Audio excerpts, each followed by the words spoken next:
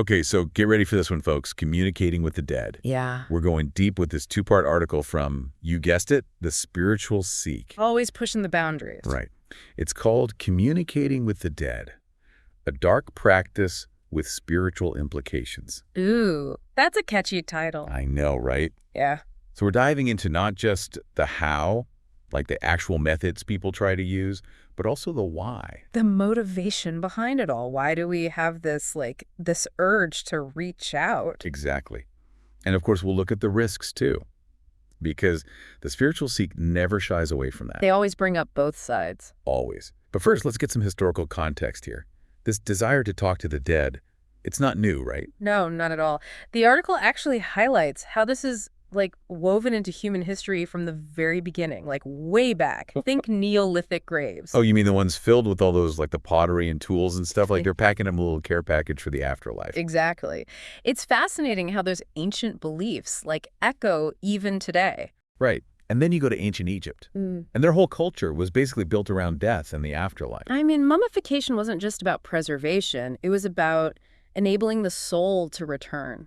And their Book of the Dead, it's basically a guidebook for the underworld. Can you imagine having a roadmap like that? It's incredible, right? And all of it, highlights that basic human need to try and figure out what happens after death. We're all searching for answers. But then you fast forward to the 19th century and we get this big resurgence of this desire to connect, but this time through spiritualism. Right, with the Fox sisters. Yeah. And their spirit rappings, that was like a national obsession. It really gripped people's imaginations. But the article doesn't just dwell on, the spooky or sensational side of spiritualism, but talks about Allan Kardec, too. Yeah, he was trying to go beyond just ghost stories. He wanted to create a system. A framework. A way to understand the spirit world. So for him, it was more than spooky encounters. He believed spirits could actually, guide us. Towards enlightenment. Yeah, towards a higher understanding. That's deep stuff, right? It is. And it shows that this isn't just about fear or fascination. There's a deeper yearning there. A search for meaning, maybe. Yeah. So let's get to the heart of it. Why are people so drawn to this idea of communicating with the dead? Is it all just about grief and missing loved ones? I mean, grief is definitely a huge part of it. That need for closure, to say the things you didn't get to say. Feel connected to those who are gone. Absolutely. But I think it goes beyond that, too. Okay, how so? Well, there's also this fundamental human need to understand what comes next, The mystery of death. Yeah. It's like we're trying to peek behind the curtain. To see what's on the other side. Exactly. And it's a question that's been around, since humans started thinking, right? It's the ultimate mystery. It really is. And the article points out how different cultures have tried to answer it in such different ways. We're all searching for those answers, but from such different perspectives. It's like we're working with different pieces of the puzzle. Take, for example, China's Tomb Sweeping Day. It's not about, dwelling on death or being sad. No. It's about remembering and honoring those who've passed. It's about keeping those connections alive. Exactly. And it's beautiful, really. It is. And then you have the Maori concept of tupuna. Their ancestors, they're not just, figures from the past. They're active participants in the lives of their descendants. Exactly. They offer guidance, wisdom. It's almost like they're still part of the family, even after death. Wow. That's really something. It's not just about saying goodbye. It's like acknowledging that those who've passed can still have a presence in our lives. And it's not always a positive presence either. Okay, yeah, let's get into that. Yeah. The spiritual seek, they always flip the coin. They show us the dark side too. They do. They always remind us there are risks involved. Right. So what kind of dangers are we talking about here? When people try to reach out, what could go wrong? Well, there are psychological risks, for starters. You could become so fixated on communicating with the dead that it actually keeps you from dealing with your grief in a healthy way. Meaning, instead of finding closure, you get stuck. Yeah. You keep searching for messages, for signs. And you start seeing them everywhere, even when they're not really there. Oh, wow. So it could really mess with your head. It can. And what about the spiritual risks? The article talks about, negative energies, even demonic presences. That's getting into some serious territory. It is. And it's where things can get really tricky. Because you're basically opening yourself up to the unknown. Exactly. And the article stresses the importance of knowing what you're dealing with before you try to communicate with the dead.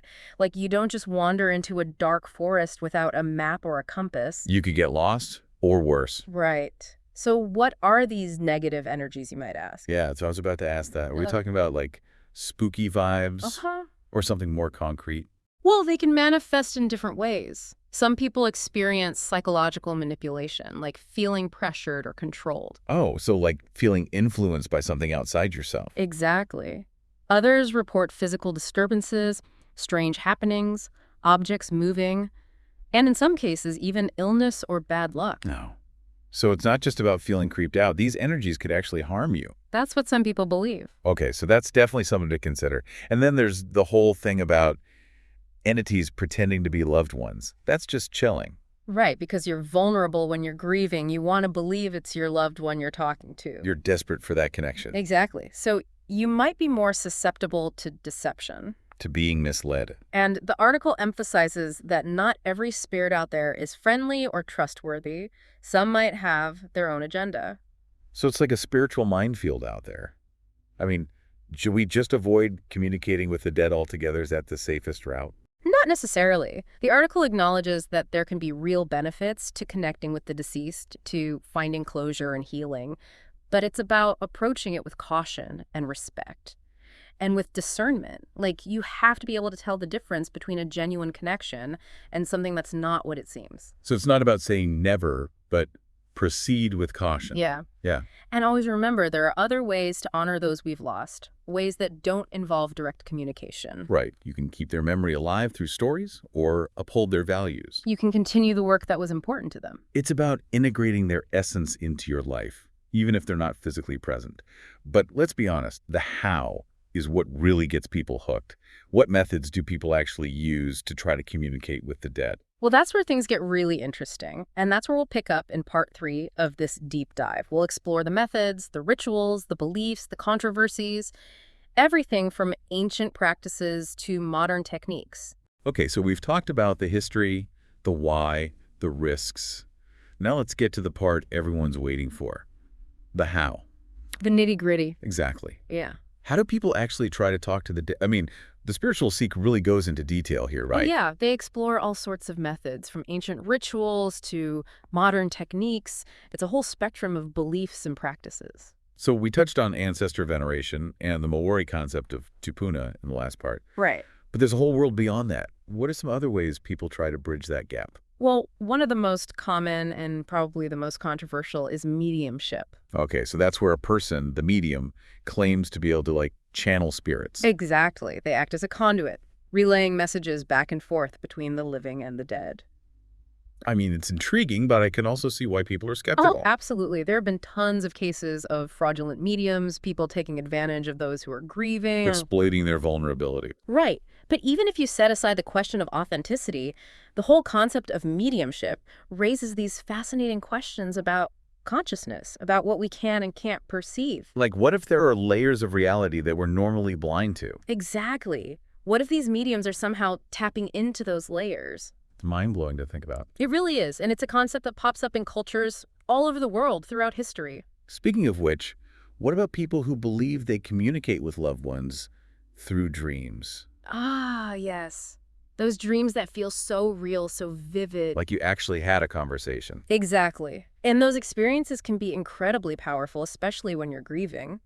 But the article cautions against taking every dream at face value. So not every dream about grandma is a direct message from the other side. Not necessarily. Dreams are symbolic, and it's easy to project our own desires and fears onto them. I guess that makes sense. But even if it's not a literal message, those dreams can still be meaningful. Absolutely. They can help us process grief, find closure, or even gain a new perspective on our lives. Okay, so dreams, mediums. The article also talks about automatic writing. Now, that sounds a little creepy to me, I'll be honest. It does have a certain mystique to it, doesn't it? The idea of your hand being guided by an external force, writing messages that supposedly come from beyond. I've always been fascinated by the idea of channeling, of receiving information from a source outside yourself. Like tapping into a universal consciousness or something. Yeah, exactly. And that idea that we're all connected to something larger than ourselves, it's a common thread in many spiritual traditions. Okay, so we've got mediums, dreams, automatic writing. What about tools like Ouija boards? Ah, yes. The classic spooky tool. The article addresses those two, emphasizing the need for caution and respect. Because, as we discussed, you don't want to just open yourself up to any energy that's out there. Right, whether it's a Ouija board, a pendulum, or something else, these tools can act as powerful conduits for energy. It's like opening a door to the unknown. Exactly, and you have to be prepared for what might come through. So for those who are curious about exploring this, about trying to communicate with the dead, what advice does the spiritual seek give? What's the takeaway? Well, first and foremost, approach it with an open mind, but also a healthy dose of skepticism. Don't just blindly believe everything you hear or see. Right. Do your research, learn about different traditions and practices. And if you're serious about pursuing this path, find a reputable guide, someone you trust. Someone experienced and knowledgeable. Exactly. But most importantly, trust your intuition.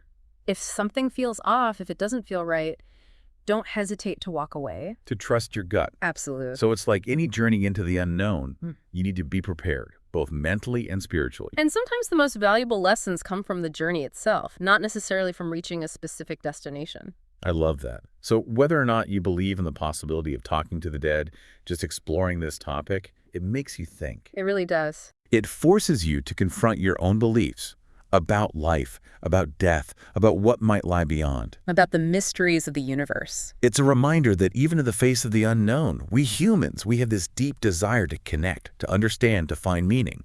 And that search for answers, that's what keeps us going. So to our listeners, keep those conversations going, even if they reach beyond the veil of this world. And remember, the search for answers can be just as enlightening as the answers themselves.